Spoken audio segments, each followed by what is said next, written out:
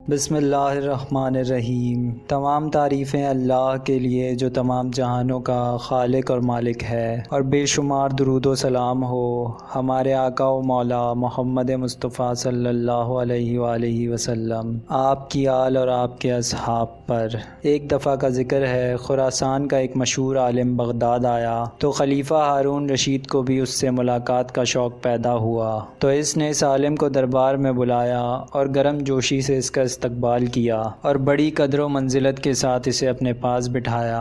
عالم اس عزت افزائی پر بہت خوش ہوا اور ہارون رشید پر اپنے علم کی دوق بٹھانے کی کوشش میں مصروف ہو گیا کہ اچانک حضرت بہلول دانا دربار میں داخل ہوئے۔ بہلول نے سلام کیا تو ہارون رشید نے بہلول کو بیٹھنے کا کہا۔ عالم نے بہلول کا معمولی لباس اور بوسیدہ گدڑی اور پھٹی جوتیاں دیکھیں تو خلیفہ ہارون رشید سے بولا کہ آپ بہت مہربان اور فراخ دل ہیں کہ معمولی لوگوں کو بھی اپنے دربار میں جگہ دیتے ہیں۔ تو بہلول دانا اپنی جگہ سے اٹھے اور اپنی عصا زمین پر مارتے ہوئے اس عالم کے قریب پہنچے اور بولے، قبلہ گستاخی معاف، آپ اپنے ناقص علم پر کیوں اس قدر مغرور ہیں؟ آپ میری ظاہری حالت کا خیال نہ کیجیے اور میرے ساتھ علمی مباحثہ کرنے کے لیے تیار ہو جائیں تاکہ آپ کو پتہ چلے آپ کچھ بھی نہیں جانتے۔ تو عالم نے غلط انداز سے حضرت بہلول دانا کی طرف دیکھا اور بولا، میں نے سنا ہے کہ تو پاگل ہے اور میں پاگلوں سے مباحثہ نہیں کرتا۔ اس کے جواب میں بہلول دانا نے کہا کہ میں نے کب کہا کہ میں پاگل نہیں ہوں، میں تو اپنے پاگل پن کا خود اقرار کرتا ہوں، مگر آپ ہیں کہ آپ کو اپنی کم علمی کا کچھ پتہ ہی نہیں۔ اس پر ہارون نے قہر آلود نگاہوں سے بہلول کی طرف دیکھا اور بولا کہ بہلول خاموش رہو، تمہیں معلوم نہیں کہ یہ خراسان کے نامور عالم اور فقیہ ہیں؟ تو بہلول نے اطمینان سے کہا کہ اسی لیے تو میں چاہتا ہوں کہ یہ مجھ سے علمی مباحثہ کریں۔ ہارون رشید کو بھی علمی مباحثوں اور مناظروں کا بہت شوق تھا، تو وہ اس عالم سے بولا کہ کیا مذائقہ ہے، تمہیں بہلول کی دعوت قبول کر لینی چاہیے۔ تو عالم نے جواب دیا کہ میری ایک شرط ہوگی۔ تو ہارون نے اسے اجازت دے دی کہ تم جیسی چاہو شرائط رکھ لو۔ تو عالم بولا کہ میری شرط یہ ہے کہ میں بہلول سے ایک معمہ پوچھوں گا، اگر اس نے درست جواب دے دیا تو اسے 1000 اشرفیاں دوں گا، اور اگر اس نے غلط جواب دیا تو یہ مجھے 1000 اشرفیاں دے گا۔ تو بہلول دانا مسکرائے اور بولے کہ ہم فقیروں کے پاس مال دنیا کہاں، ہاں میں خود کو آپ کے سپرد کر سکتا ہوں کہ آپ ایک غلام کی طرح مجھ سے کام لیں اور اپنی 1000 اشرفی پوری کر لیں، اور اگر میں 1000 اشرفیاں جیت گیا تو وہ ناداروں اور محتاجوں کا حصہ ہے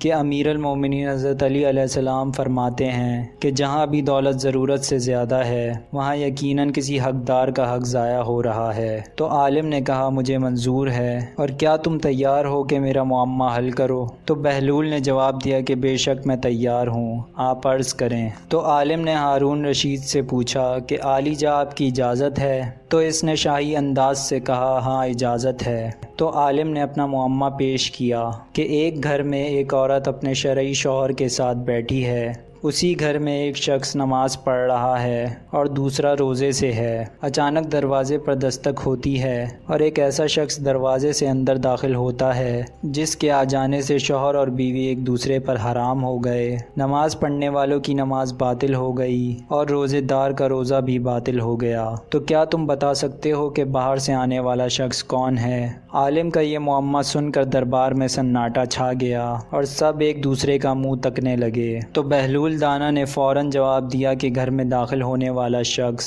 اس عورت کا پہلا شوہر ہے جو سفر پر گیا ہوا تھا، جس کے بارے میں یہ خبر ملی تھی کہ دوران سفر انتقال کر گیا ہے۔ اس عورت نے حاکم شرع کی اجازت سے اس شخص سے عقد کر لیا تھا جو اس کے برابر میں بیٹھا ہوا تھا، اور انہوں نے 2 مزدوروں کو اجرت دی تھی کہ وہ مرحوم شوہر کی قضا نمازیں ادا کریں اور روزے رکھیں۔ اسی اثنا میں پہلا شوہر سفر سے واپس آ گیا، کیونکہ اس کی موت کی خبر غلط تھی، چنانچہ اس کے آتے ہی دوسرا شوہر اس عورت پر حرام ہو گیا اور ان 2 مردوں کی نماز اور روزے بھی باطل ہو گئے جو شوہر کو مردہ سمجھ کر اس کے لیے پڑھی اور رکھے جا رہے تھے۔ یہ سننے کے بعد ہارون رشید نے تعریف کرتے ہوئے کہا، مرحبا مرحبا بہلول، بہت خوب، بعض اوقات تمہاری دیوانگی خزانوں کو بھی مات دے دیتی ہے۔ باقی وزیر اور امین بھی بہلول کو داد دینے لگے۔ شور کچھ کم ہوا تو بہلول دانا نے فرمایا فرمایا کہ عالی جا کی اجازت ہو تو میں بھی حضرت عالم سے ایک سوال کروں۔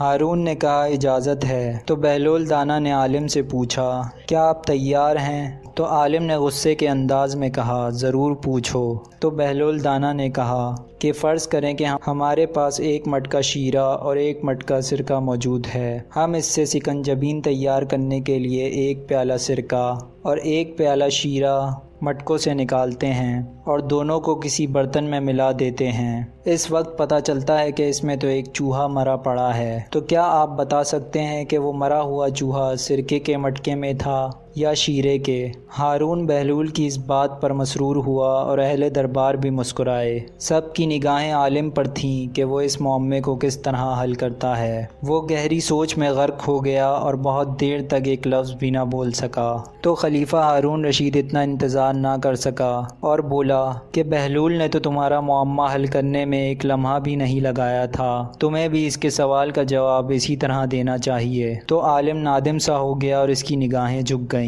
اور اسے اپنی کم علمی کا اعتراف کرنا ہی پڑا اور بولا عالی جا میں یہ معمہ حل نہیں کر سکتا۔ تو ہارون نے بہلول کی طرف دیکھا اور بولا کہ بہتر یہی ہے کہ تم اس معمے کو حل کر دو۔ تو حضرت بہلول مسکرائے اور فرمایا کیا حضرت عالم اب بھی اپنی ناسمجھی کے قائل ہوئے ہیں یا نہیں؟ تو عالم نے جواب دیا کہ بہلول تم نے مجھے احساس دلا دیا ہے کہ علم کی کوئی حد نہیں، کسی کی ظاہری حالت کو دیکھ کر اسے کمتر خیال نہیں کرنا چاہیے۔ تو بہلول دانا بولے کہ اب آ جاتے ہیں اس معمے کے حل کی طرف۔ ہمیں چاہیے کہ ہم اس چوہے کو سکنجبین سے نکالیں، پھر اس کا پیٹ چاک کریں۔ اگر اس کے پیٹ میں سرکہ ہوا تو سمجھیں کہ وہ سرکے کے مٹکے میں تھا، اور اگر اس کے پیٹ میں شیرہ ہوا تو اس کا مطلب ہے کہ اس چوہے کی موت شیرے کے مٹکے میں ہوئی ہے، لہٰذا جو کچھ بھی اس کے پیٹ میں ہوا اس شے کو ضائع کر دینا چاہیے۔ یہ سن کر اہل دربار سب بہلول دانا کی تعظیم میں کھڑے ہو گئے۔ ہارون رشید بھی بہت خوش ہوا، اس نے بہلول کو آفرین کہا۔ عالم نے سر جھکا کر 1000 اشرفیاں